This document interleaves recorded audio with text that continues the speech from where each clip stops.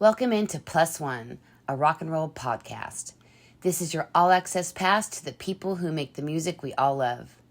Your hosts are Chris McLernon, who has sold millions of records while being a member of Saigon Kick and Cold Sweat, and Jack Trash, a 30-year radio veteran who cut his teeth while working on the legendary Pure Rock 105.5 KNAC in Los Angeles. They'll talk to old friends and make new ones. You're on the guest list as their plus one. Hello, kids. It's Jack Trash and me, Chris McLernon. There you go. This is our first one of this year. It is. That's probably the delay there. I'm still running 23 on all the podcasts. Right. I got to remember right 24. 24. So I thought about that this morning. I have not written 24 for anything yet. We're, whatever, week and a half into the new year. Yeah.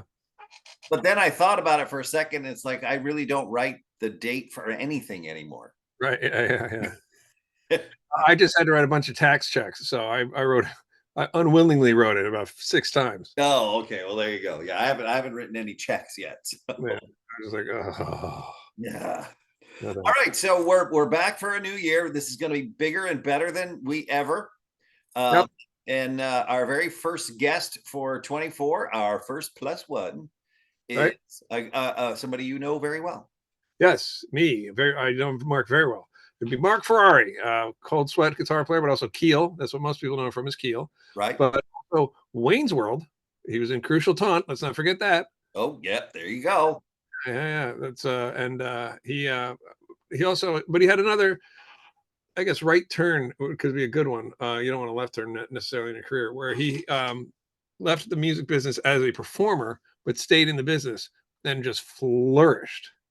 So we got him to talk about that a little bit. Oh yeah, for sure. And at some point, and I'm always leery about asking something like this of someone, but his trademark is that blonde streak in his hair.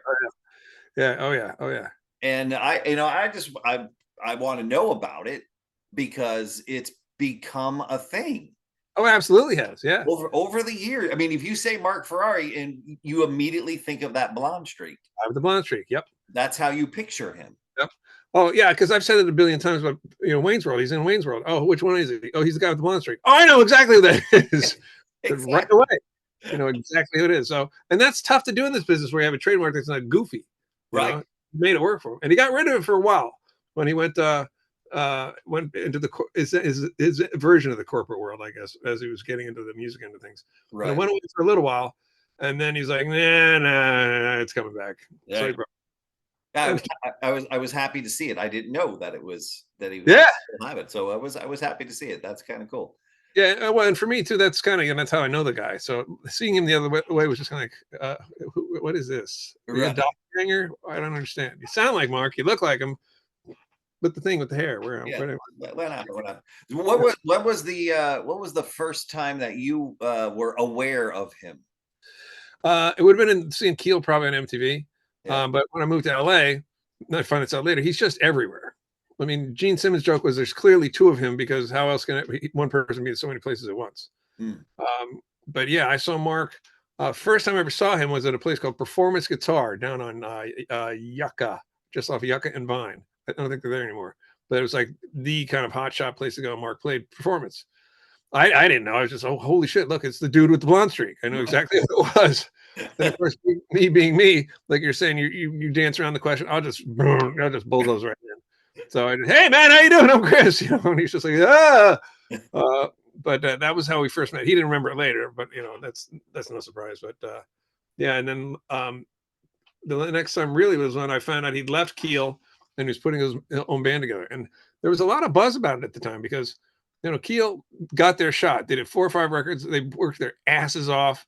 They worked with the biggest producers. They tried hard. Yeah. And Marc and Ron, I guess, decided, well, let's not do this anymore. So Marc left.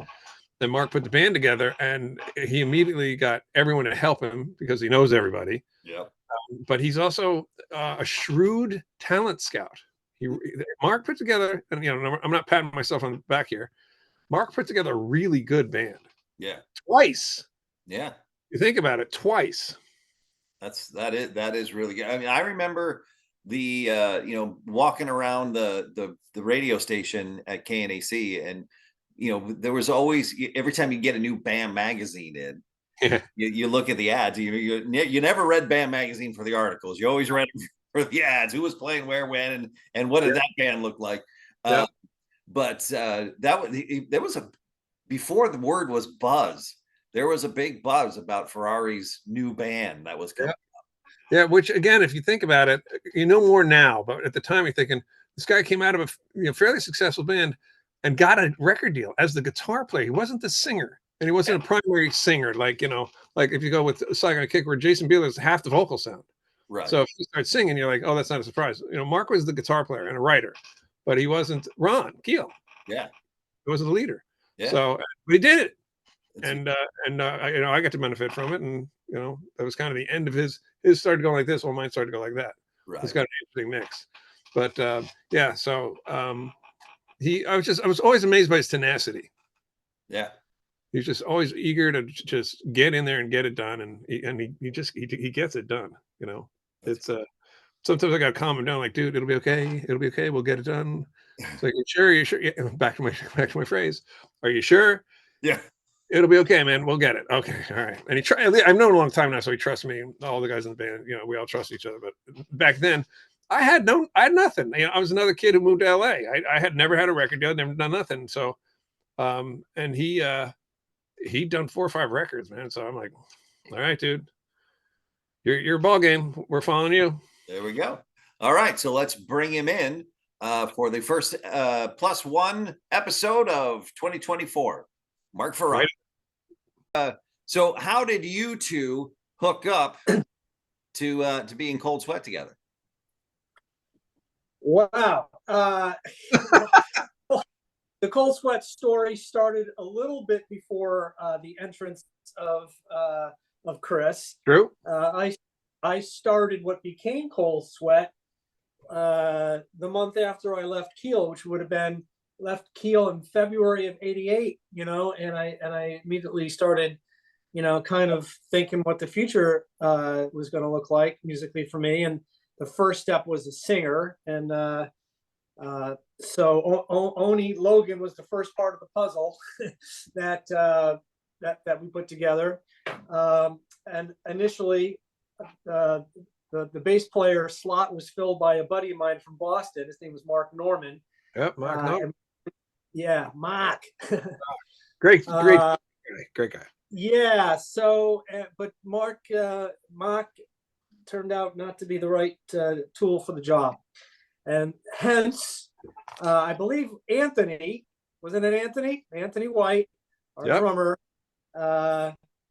suggested Chris. And you have to refresh my memory how you two knew each other, because we're rolling back the clock 35 years here. Yeah.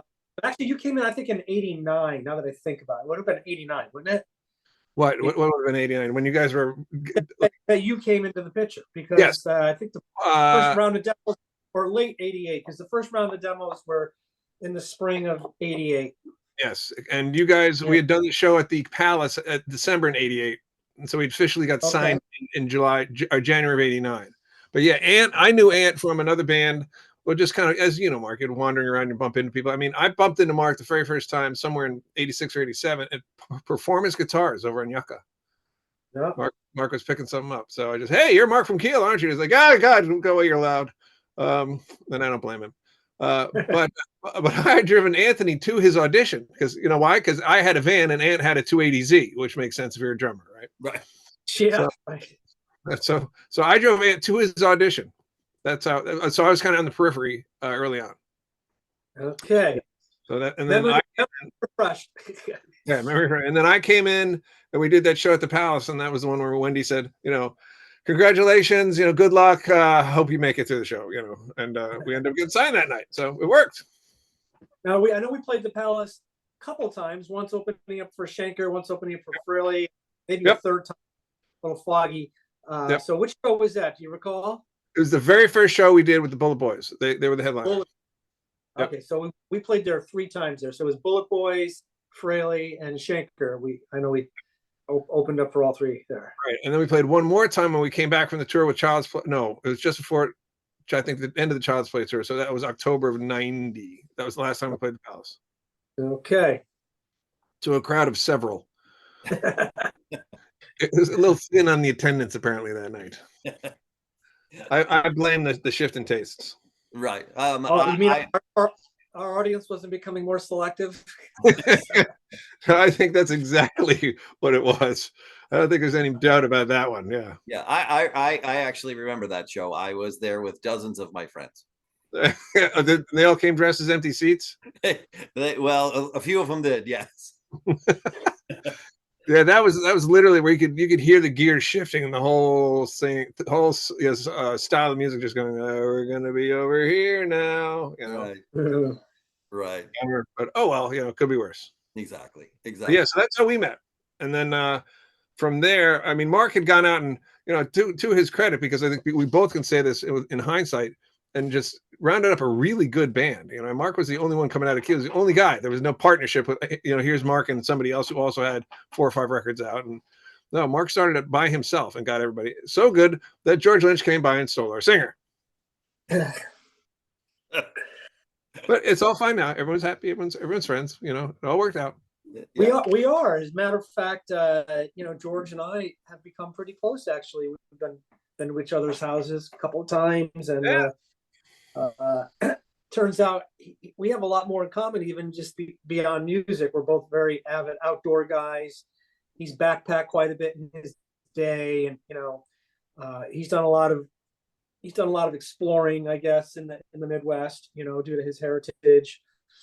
So yeah, we've become quite friendly. You know, at the time, I didn't see it, but you know, I think he did us a favor in retrospect. Yeah, but you know, it wasn't apparent at the time, and certainly the timing of the whole thing was not the best. Seeing as we were setting up our gear in the studio the day that Tony decided to leave our band. So that's right. We were supposed to hit record that next day. You are exactly right. Oh, God. But I mean, in hindsight, you also look at it, and again, you have a bunch of records under your belt and all that. You go, okay, I completely understand the business end of what he was doing. You know, he was, I'm gonna scoop this guy out. You know, I have the biggest bait on the, because he was huge. Lynch was the man. Yeah. You know, and he had no singer, and all of a sudden, you know, he just shows up. Hey, how about you? And he said, well, sure, why not? Wow. So as Chris and I know, we can say that you have broken bread and ate oatmeal with George Lynch. Yeah. Yes. Right. We're all, as I said, we're all good. We're all good now, and you know, this whole story, you know, is kind of part of you know, hard rock folklore. You know, it is about it all the time. You know, and it's is it true he came to the whiskey? Is it true what he said? You know, is it true you were gonna hit him over the head? Whatever, you know. Yeah, I mean, so many times. Oh yeah. George was a bigger guy than me. He would have disposed of me pretty quickly. You know? I think he was still lifting weights at that time. He was pretty bulky for a while. Yeah, he got huge for a while. Yes, he did. But you had me, and you had the crazy Chicago man, Larry Morand, in your corner. So that was good.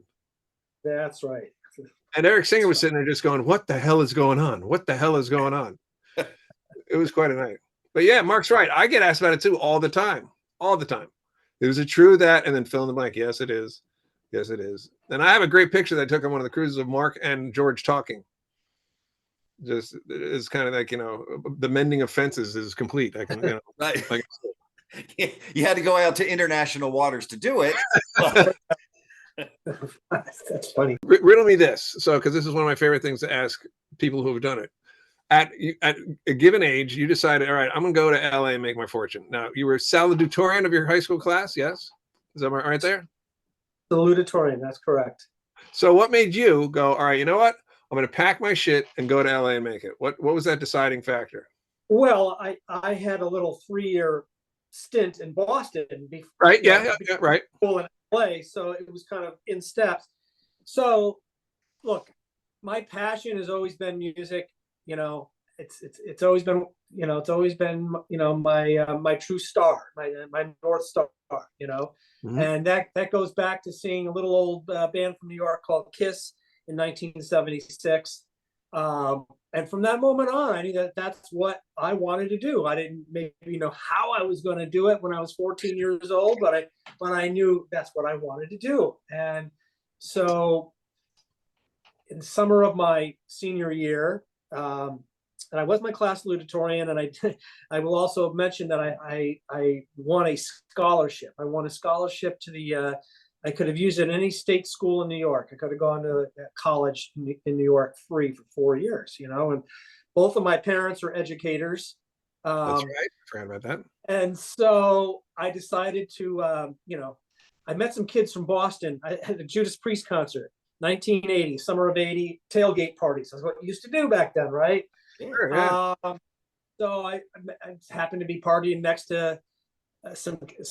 It was most of a band from the Brockton, Massachusetts area, and they had a manager. They had somebody who had actually gotten in their ticket for the Judas Priest show, and lo and behold, they needed a guitar player. And I was like, you know what? I think this is my ticket out of this cow town. You know. Yeah. So I grew up in a very small agricultural based town in Western New York. You know, there are more cows than people up there, you know. And so I viewed that as my destiny, you know, to go join this rock band that had a manager and go wash dishes, you know, go wash dishes to support myself.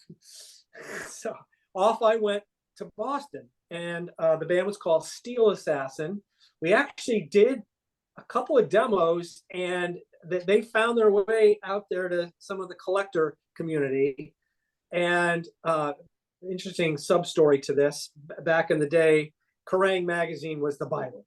Okay, Kerrang! Magazine. That's how you found out about all the great stuff coming out of England in 1980, the new wave of British heavy metal. Yep. And I put an ad in there for pen pals with a picture. I got hundreds of responses, including one from this guy, the funny name, Lars Ulrich. Wow. Lars Ulrich and I were pen pals for a bit. Wow. Yes, true story. And look at all these scoops I'm getting. This is fantastic. Keep going. Not very well known. And actually, he reminded me of that when I saw him the first time I saw it. Well, Keel was supposed to support Metallica in 1986, and James Hetfield broke his wrist skateboarding. Right. So I actually have the poster with that. But anyways, he reminded, you know, when I ran into him at a record release party, somebody's party, and he reminded me, do you remember we were pen pals? So crazy story. But anyways, I know we're getting off on a tangent here, but you're getting the good stuff. Yeah. I know how to handle it. Yeah, off to Boston, I went to join Steel Assassin. We did a couple of demos. We played locally for a bit. Band fizzled out. So fast forward 1983. By then I was in my Last Child cover band, which was the first Aerosmith cover band out there, and we had some interesting associations with the Aerosmith gang out there. I'm sorry about the ring. The ring thing is on. But anyways, fast forward to 83. That band, a couple of the guys came out to California in the summer of 83. Were ranting and raving about how good the weather was, how beautiful the girls were. You know, we figured, you know what, if we're going to be starving, let's starve out there where the girls are. Let's starve out there where the weather is. Let's starve out there where all this great music was coming from in 83. You know, you had the early releases from Dokken and Rad and Great White, you know, all independent releases. Yeah. Quiet Riot had broken out in 83. So the Olympics were coming in 84. So there was just all this energy. Everything said move, you know. Yeah. Get out of the cold, get into the sun. So, by the way, January 4th, so next week, will be the 40-year anniversary of me getting on a plane and coming out to Southern California. 40 years. Holy mackerel. So, yeah, so that's the long story long there. I did have a kind of a 3-year segue in the Boston area before, you know, relocating out here. Right. Okay. So to back up just a hair, you said both your parents who I met, educators. Yeah. So Yeah. I'm guessing you're breaking the family mold here by deciding to be the musician. How'd that go over? Well, to their credit, my mom and dad, allowed me to pursue my passion. It was always, well, you can have something to fall back on. Sure. And I said, I remember saying this to them distinctly. Yeah, I do have something to fall back on. It's called my ass, But to their credit, they allowed, it was my life, Right. Yeah. It was my life. To their credit, they supported me in my decision to follow my passion. They obviously probably didn't agree with it or didn't understand it, Right. but first it was, okay, put that scholarship on hold. You can put it on hold for 6 months, or whatever. And then the scholarship expired. And then, it was like, I'm not, this is my, there were some lean years. I got to tell you that. It's like anybody else, those 3 years in Boston were pretty lean, and just kind of scraping by and teaching guitar lessons and, working phone gigs and that kind of thing. Oh, yeah. The old phone gigs. Keep going under. So I think everybody sold those pens. Yeah. Yes. The pens with your business name on it. But yeah, pens was another thing that people sold back then. But yeah, to their credit, they allowed me to at least, follow my dream, and, everything worked out, I guess. It did. All right. So you get to LA. Then you got there when, in January, you said? First week of January. Now, my bandmates and Last Child had moved out a couple of months ahead of me. They moved out around Thanksgiving or slightly before Thanksgiving at 83. Okay. So I get there, and the game plan is our drummer didn't move out. The drummer in Last Child was 10 years old or had a family, so he didn't move out. So our mission was to find a drummer, reform the band, do originals, get signed, become rock stars. That's what the game plan. Yep. But motivating my other 3 friends to do things was tough. Yeah. And those guys had settled into a life of partying, and a couple of them, 2 of them were dating 2 sisters, and everything was great there. So for the next month or so, it was really tough to, try to get these guys to do anything. And all of a sudden, they tell me, we're moving back. We're moving back to Boston. What? What are you talking about? I just moved here, Right. By the way, another funny story related to this. Back in those days, you bought a round trip ticket. You could actually sell the return portion. Yes, you could. You bought. It was cheaper. So I remember distinctly, it was cheaper to buy round trip than one way. I bought a round trip to LA. Yep. I still had the return portion, right? And I remember I sold it because I wasn't coming back. Right. You put it in the recycler. Yeah. Remember the recycler magazine? That was like the penny saver of the area. Yeah. So I sold my return portion, and I knew I wasn't coming back. So this would have been probably February of 80, late January, early February of 84. And after my friends decided to move back on me, I was like, what am I going to do? So what did you start auditioning? Did you start trying to form your own band? What'd you do? Well, okay. So the other story that I've told quite often is how I met Ron Keel. So this was a little bit of serendipity here. I was hanging out at the Rainbow every. Didn't she dance at Serendipity dance at the Body Shop? Didn't she? Yeah. No, that's not her. That was the Tropicana. Yeah. So I actually should back this up a couple of months, because in November, December of 83, I got a holiday present from Mike Varney. Okay, so I'd been in touch with Mike Varney since 1980, since I was a senior in high school, and I'd submitted some of my recordings for his the U.S.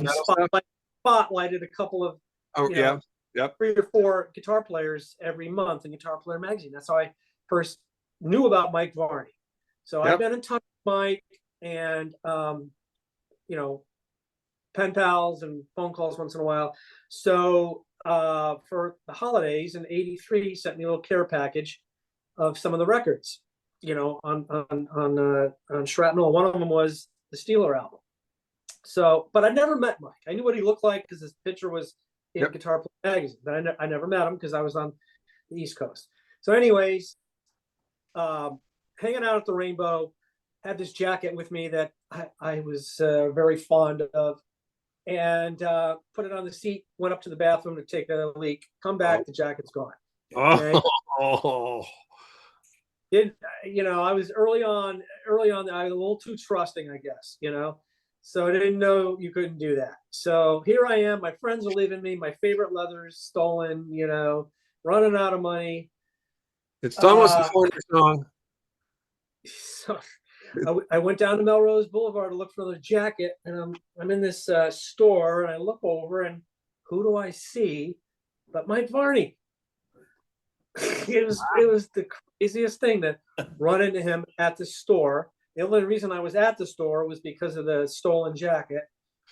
Right. And proceeded to tell him what was going on. I said, hey, I've been out here a couple months. My buddies are leaving, need a gig. And that's how I came on to to Ron Keel's radar, was through Mike. The introduction. Right. Mike introduced me to Ron. Wow. Gotcha. So then that's how that. So at that point, Steeler's, I'm guess, dying, and he's putting Keel together. That's absolutely right. As a matter of fact, I went to the last Steeler gig. It was down in San Diego. The final lineup on that, I think Greg Chase. It was Bobby Marcs, on drums, who came along to Keel. Pretty sure it was Greg Chase on, and the guitar player at that point in time was a guy named Kurt James. Oh yeah, yep, I remember him. Yeah, definitely a Yngwie influenced guy. Yep. Yeah, he could play like that. Yeah. So, anyways, Ron Steeler had run its course, had been passed on by everybody multiple times, so he was wise to reboot. He was wise to reboot it and kind of change the formula a little bit. 2 guitar player band, and so that's went to see. The last Steeler show would have been in March of '83, and Keel formed shortly thereafter. And we did our first show at Perkins Palace in Pasadena in April of '84. Gotcha. Striper was the first band on the bill.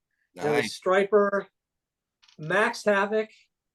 There were famous players, some guys that went on to notoriety. Yeah, Max Havoc. Kurt from Sultan John. Yeah. Which? Yeah, which? Yeah. Oh, which? Well, wow.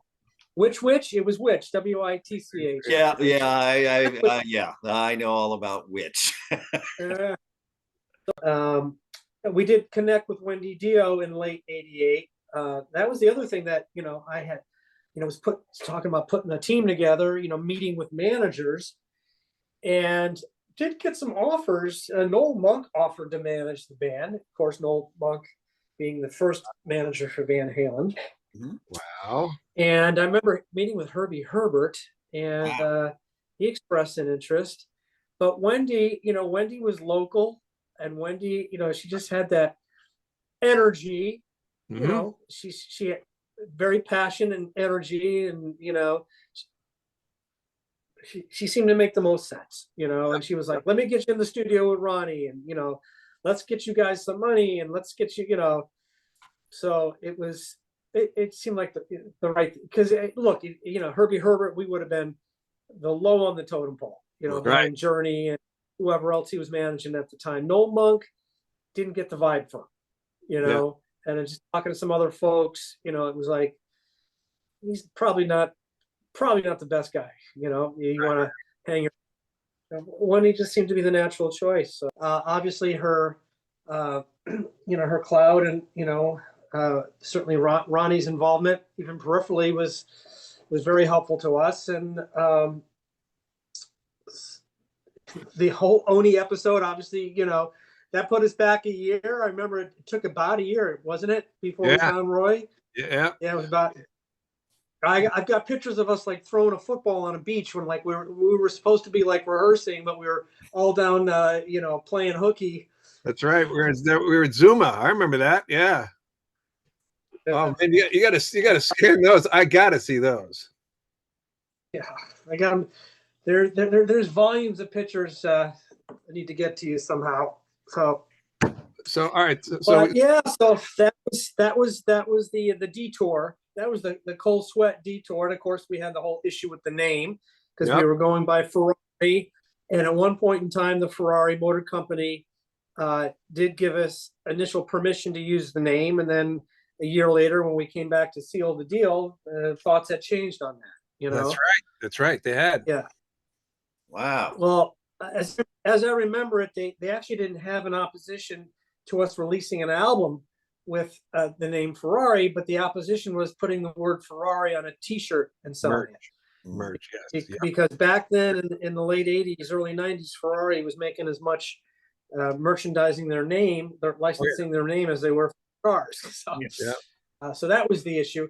Obviously the band Triumph worked something out with Triumph motorcycles. They had both of those out there, but alas, we were not allowed to use the name. We were not allowed to put the word Ferrari on a T-shirt and sell it. So now you have a bunch of guys that's trying to come up with the band name, and let me tell you how much fun that is. Oh, I can imagine.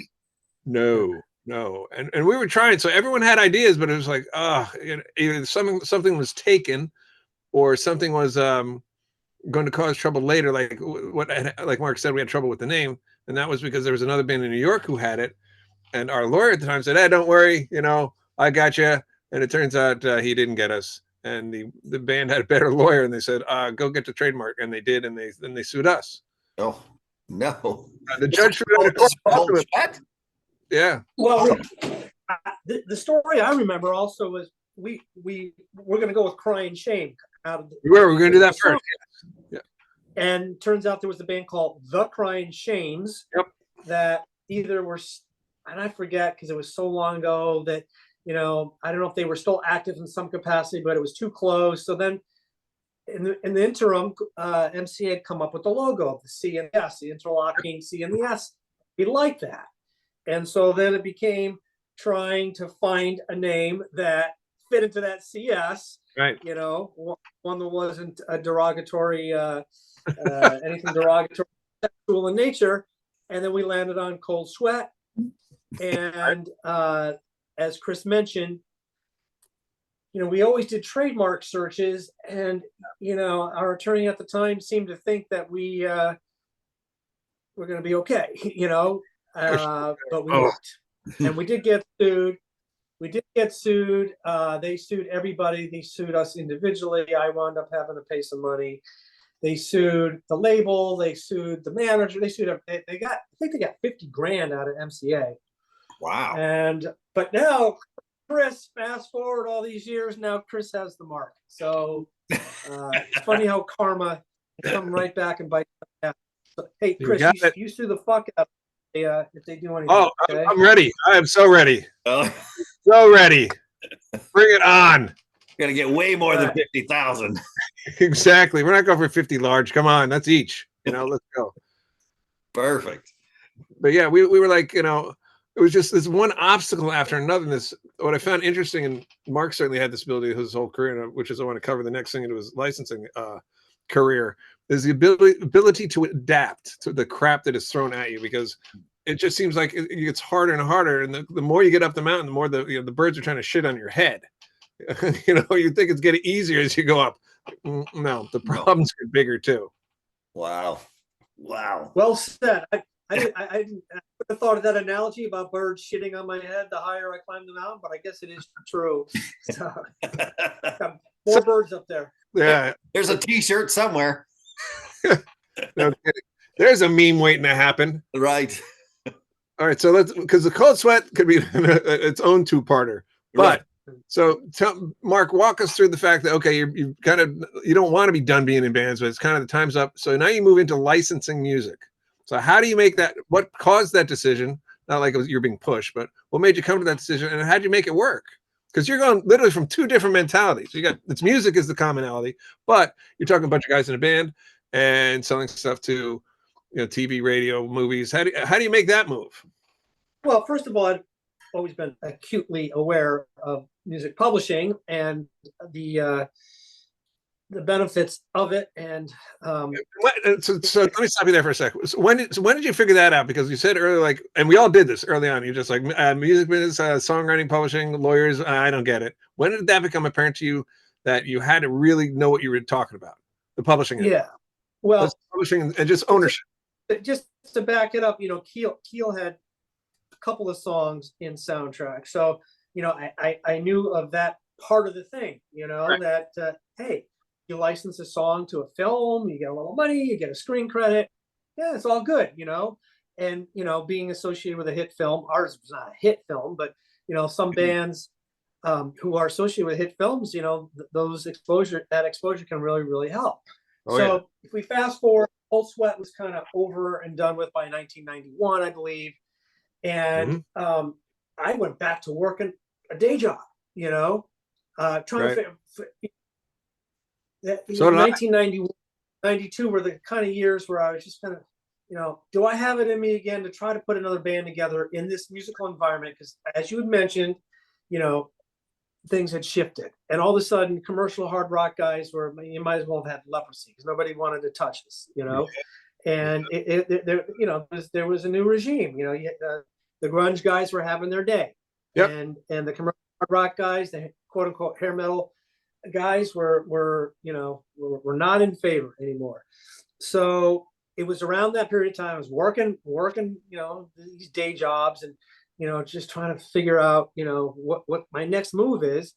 And I had a couple of friends of mine that were working, in the film industry as, assistant coffee makers or grips or whatever they were doing, but a couple of them were kind of tasked by the director to find some rock music for a bar scene or two, and if you roll the clock back to the early 90s, there were music libraries out there, but none of them had songs. None of them had stuff that sounded generically similar to a big artist, And if you were a filmmaker or TV show producer back in the early 90s and you wanted to license a piece of rock music, you were going to a label, you were going to a major publisher, you were going to a label to clear the master. It was taking a long time, it was expensive, and a lot of times you weren't getting you weren't going to get that AC/DC song or that Van Halen song or that Rolling Stone song anyways, Right.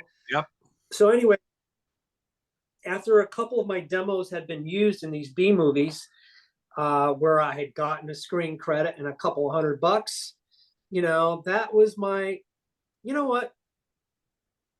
that's my aha moment. Maybe there's another movie out there that needs a piece of rock music for a bar scene, or maybe there's another movie out there that needs a piece of country music, for their country bar scene. And that's how it started with. It was really, it was almost accidental. It wasn't what I set out to do, but it was a classic case of one door closing and another door opening. It was that period of time in the early 90s where I started getting some of these demos placed, and it was like, there's something here. And come to find out that there was not a music library that had songs that were generically similar to pop songs. That was my idea. That, you're not going to get that AC/DC song, but I can produce something for you that sounds generically similar to them without ripping them off, just in the right ballpark. Right. And most of these placements were behind dialogue and were from 5 or 10 seconds anyways. They weren't, they weren't the end title theme or the big love songs, it didn't matter, And so my idea was, I'll produce it for you. You can take a decimal point or two off the quote you got from the label and the publisher, and you can have it next, and that's how it all started. In the very beginning, it was stuff that I had written or co-written. Then it was like calling friends of mine up, Tommy Thayer had a bunch of songs early on. On the countryside, I used a lot of Ron Keel stuff that he was, his country rock stuff at the time.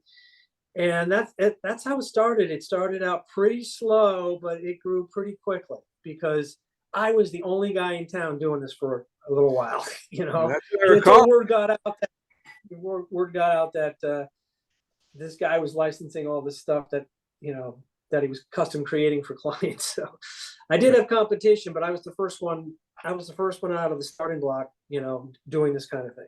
You live long enough, you get to be in fashion again, So, as you know, after 29 years, Cold Sweat got back together in 2020, and there's been kind of a resurgence in the commercial hard rock era. A lot of the bands that were popular during the day are still out there, either semi full time or, Tesla seems to be out there still doing it. Queensryche's out there still doing it. Night Ranger's out there still doing it.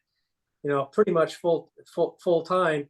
And then the festivals that we get to play at, where bands of our kind of level get to have a research or some love again. It's great. It really is, because at this point in your life, you don't realize that it was our band and we did a record and all that, but people have been living with this for 30 years. Whereas like it hasn't been the soundtrack to our lives, but it has been to somebody else's. And it's really wild when someone comes up and just tells you all about it, and they mean it. It's not just some record you made. You're part of their life. Yeah. Yep. And you're not getting absolutely. You're 22. Well, look, as you know, Cold Sweat was one of those bands that a lot of people thought very well of, and we were always on those lists of bands that should have made it. And why didn't they make it? Overall, I think a Cold Sweat was thought of in very good terms by, people of that era.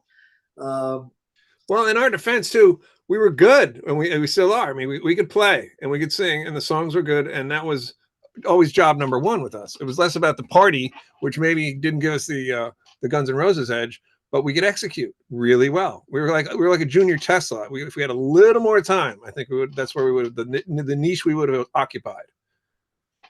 Well, I think any band that wasn't in the same room together for 29 years and has a 2-hour rehearsal and kicks ass at 2 gigs, there's something special about that. So. Yeah, I agree. I totally agree. Yeah. What do you guys think?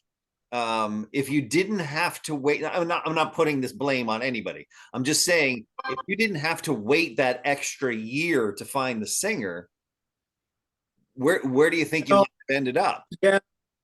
I've always thought that the trajectory would have been different, because in 1988, which is when I did those first demos and had that album come out in 88, I think we would have had a good shot at it. Bon Jovi was still, I think the Bon Jovi New Jersey album was 88, 88 was still, the grunge guys didn't really come into play until 1990, 91. The album came out in 91, but there was, just like there was a lot of indie releases in the commercial hard rock era in 83, you had a lot of indie grunge stuff happening in 89 and 90 that started that whole migration, So had the album come out in 88, 89, I know we would have had a different trajectory. Would we have gotten a double platinum status? I don't know. Right. But I think we would have sold a lot more than 50,000 records. Yeah. Which is, I think, what Cold Sweat sold. Yeah. And at the time too, I remember being... I bought 49,000 on I'm glad somebody did. Yeah. We were in London with there's a record guy named Kenny Ryback, and he was talking about this great new band. So you're looking at August of 90. He's talking about this amazing new band called Pearl Jam, blah blah blah blah blah. It was all these other, and he played it for me. I'm like, this is so not where we are. And I'm thinking to myself, because Kenny was not small potatoes. I was like, this is what Kenny's pushing. We're dead. It's like being a blacksmith and watching the first car drive by. You're just like, now what? Here we go, because they were good, they could play, but it was, boy, was it different than what we were doing. That's right. But the odd part was we were good at what we did, and that trip to Europe proved it. Like there was something for us to do.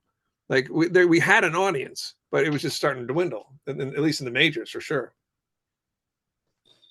Well, we could sit here and be armchair quarterbacks, and look at what should have, could have happened, but look, we were lucky enough to have gotten a record deal in the first. Well, I don't know if I use the word lucky, but look, we had a shot at it. We had to turn it back, and we didn't hit the home run.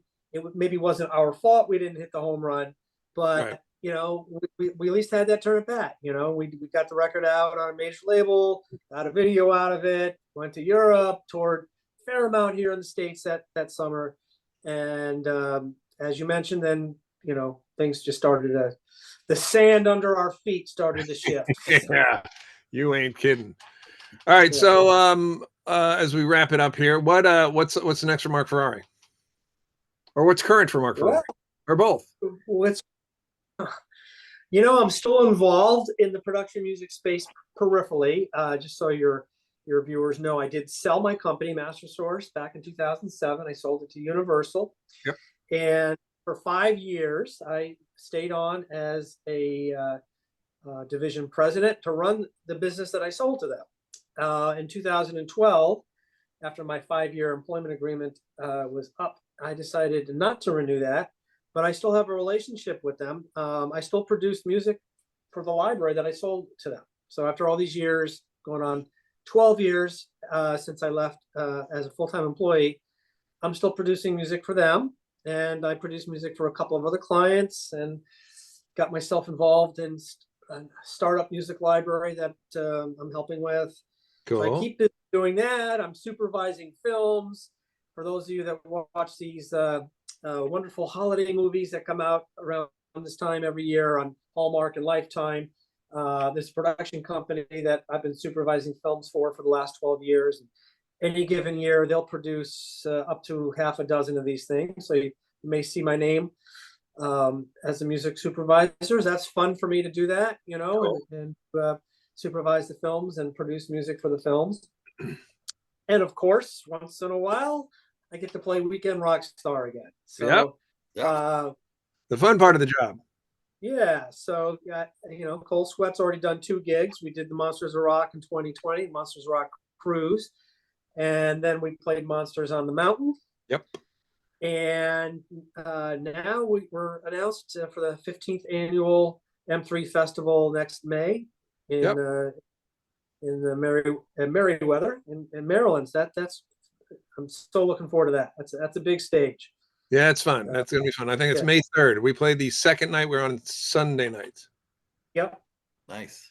Yep. So, and Keel plays once in a blue moon too. So between the two bands, you know, get to play once in a while. And other than that, I'm enjoying stuff in my life that I've always wanted to do. I'm an avid outside guy, backpacking, hiking, camping, fishing, 4-wheeling, you know, love getting that stuff done when I can. And mine is surfing. Yeah. Surfing. There you go. Yep. I'm on the golf course. Don't move to Nebraska then. So. Yeah. No. Need a wave machine for that. Exactly. So there's one other thing that I don't even know if you're aware of this or not, but so I was speaking with a hairdresser and we were talking about having a blonde streak in your hair, and without a moment's hesitation, they said the Marc Ferrari. The Marc Ferrari. Look at that. Yeah, that's pretty great. Okay, so the blonde streak. I'm going to tell you guys the story on the blonde streak, why it happened. Just so you know, on the first Keel album, on the Late on the Law album, I didn't have it. You know. That's right. That's right. I Late on the Law album, I didn't have it, but people started saying, you look like Joe Perry, you look like Steve Perry, you look like Geddy Lee, you look like Tommy Lee. I used to get all this stuff. You look like Warren DeMartini. I used to get it all the time, right? So for me, it was, you know, I want to have a calling card. You know, I'm not the first guy with a blonde streak. You know, Joe Perry had a blonde streak too. His was on the side, and you know, he took that from. Actually, Hendrix had a blonde streak. Both Hendrix and Keith Richards had blonde streaks. Yep. Not as prevalent. Now, nobody was wearing it in the front. You know, they had a little bit on the side here. And if you look at the old Aerosmith pictures from 77, 78, he had a little patch on the side. Yep. So I just decided to make it a little bit more prominent. So if I'm the first guy to, you know, I'm the first guy to start doing this in 1984, so be it. You know, I'm not taking credit for it. I'm not Gene Simmons taking credit for this. You know, as he did for a while. I'm not taking credit for it, but I guess, over time, I became associated with this kind of look, and for better or worse, it's been my calling card since. So, I mean, honestly, just brilliant. I mean, really, the way it's worked out, it's brilliant. Everybody knows who you are immediately. Yep. Yeah.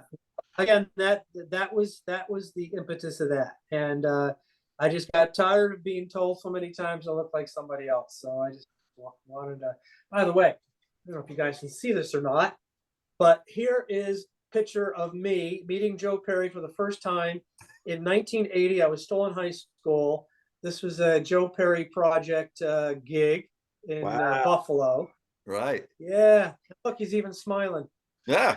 That's the first thing I noticed. Like, wait a minute, Joe's smiling. What happened? Yeah, what happened? But yeah, that's the story behind the blonde streak. So big thanks to Marc Ferrari for being our first guest of 2024. Yep. Couple of things out of that I want to touch on is so you have the CS logo? I do. I own it. I need a hat. I own it. Because we had a problem with that. Our lawyer checked it out and said, "Hey, it's clear." And then that was it.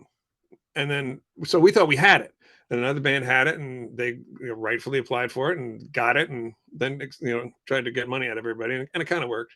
Right. But then when we were starting to reform, I was like, I'm gonna check and make sure it's free, because otherwise we're thinking we're gonna have to be Cold Sweat 2020 or Cold Sweat, Part 2 or Cold Sweat, whatever. Kind of like there's a band called Drain from Sweden. Yes. They had to be CH. Yes. London Fireboys, Wrathchild America. Right. I did not want to do that. And it was free. And because I'm sure those guys had, gotten their fill out of it.